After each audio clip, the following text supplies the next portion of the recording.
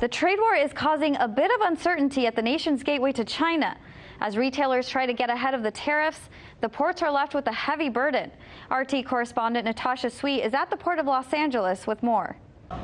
More than half of the goods imported into the U.S., whether it be shoes, clothing, or cars, come into the country by way of here at the Port of Los Angeles or down the street in Long Beach. So the question remains, will these new tariffs have an impact on ports here at home?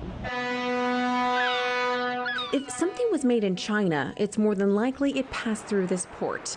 California exported a whopping $25 billion worth of goods and over $10 billion in services to China and Hong Kong last year. The ports are kind of ground zero for this tariff battle. Clayton Doobie, the director of the U.S.-China Institute at the University of Southern California, says it's really important that both the U.S. and China find a way to work together in putting an end to these tariffs.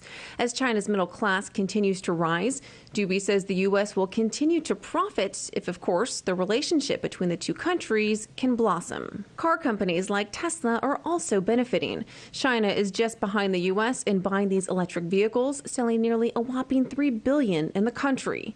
But keeping things diplomatic isn't always the way President Trump likes to play. We understand that, good or bad, whether you're for or against him, the president is not your typical politician by any means. And so we saw that with North Korea.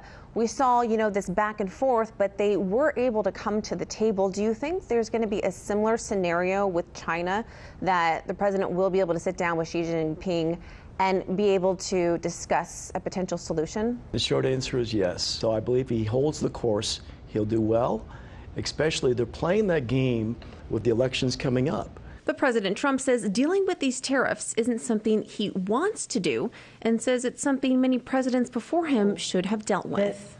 You can't continue to go on where a country is taking 500 billion, not million, 500 billion with a B, out every single year. And according to Doobie, there's more to these tariffs. This is, in fact, not a tariff war, but a war about technology. We will be economic rivals. There's no question about that. Our companies will compete. But on what terms? And the topics to discuss between the two countries continues to grow. What we're fighting about with China is to have them stop stealing our intellectual property, taking our technology, dumping products into our markets. But only time will tell if President Trump and Xi Jinping can come together on an agreement that will benefit both countries and without severing their relationship. While uncertainty remains, the president says that he's using his unique tactics to cut a deal with Xi Jinping.